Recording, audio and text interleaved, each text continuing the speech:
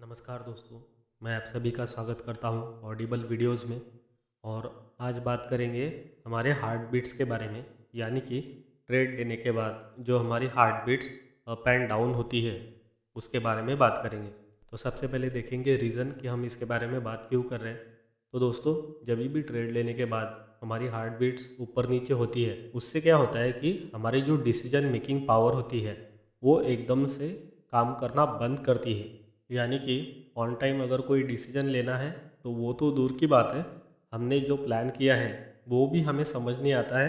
यानी कि हम प्रॉपरली डिसीजन नहीं ले पाते हैं और हमसे कोई ना कोई मिस्टेक हो जाती है, या फिर अगर मिस्टेक भी नहीं हुई तो कुछ ना कुछ गलत हो जाता है, या फिर जो होना चाहिए था इन आइडल वे वो नहीं हो पाता है। तो ये रीज़न है इस हार्ट बीट्स के बारे में बात करने का। अब दोस्तों, अगर बात करेंगे इसके रीज़न की, तो हमें यही लगता है कि ये हार्ट बीट्स कम ज़्यादा इसकी वजह से हो रही है कि हमें डर लग रहा है। लेकिन दोस्तों, जब भी हम किसी भी चीज़ के बारे में बात करते हैं तो हम मेक श्योर करते हैं कि उस चीज़ को हम सूक्ष्म रूप से देखें। तो अगर इस बढ़ती हुई हार्ट बीट को मैं सूक्ष्म लेवल पे देखूं तो मुझे दिख रहा है कि ये सिर्फ डर नहीं है, ये एक टाइप की इनसिक्योरिटी है।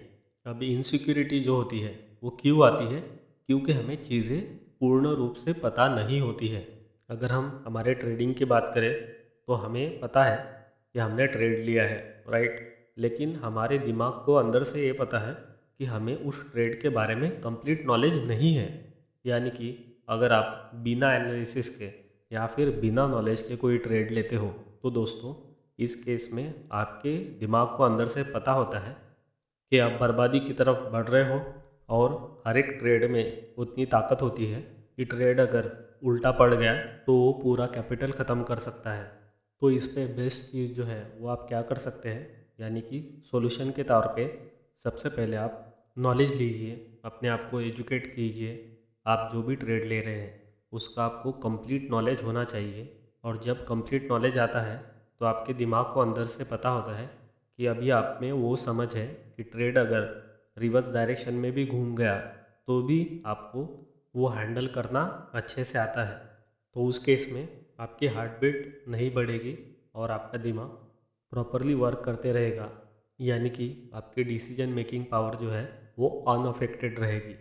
यानी कि हम नॉलेज को प्राइमरी सॉल्यूशन बोल सकते हैं इस प्रॉब्लम के लिए।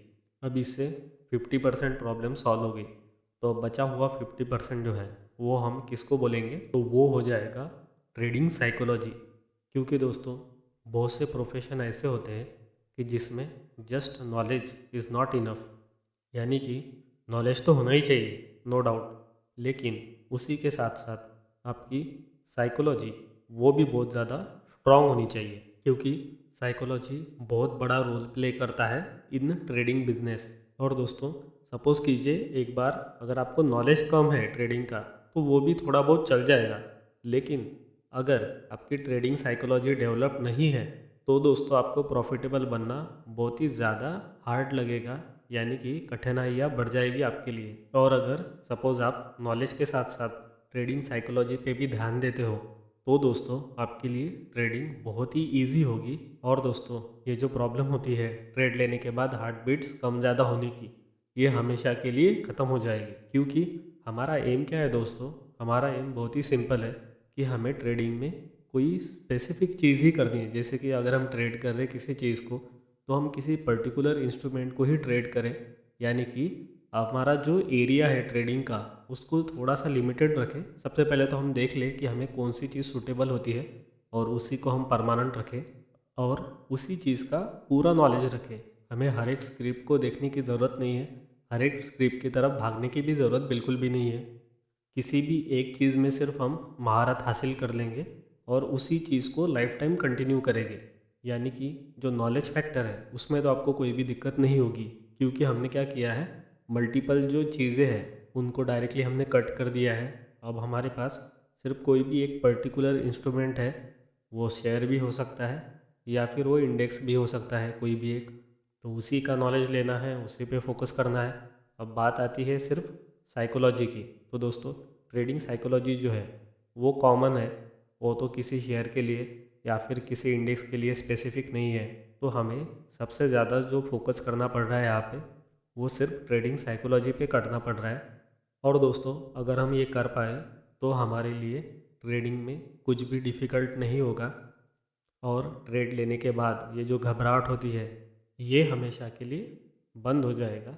यानी कि आप आराम से शांत दिमाग से ट्रेड ले पाओगे और कोई भी डिसीजन लेना है ट्रेड लेने के बाद तो वो भी आराम से ले पाओगे।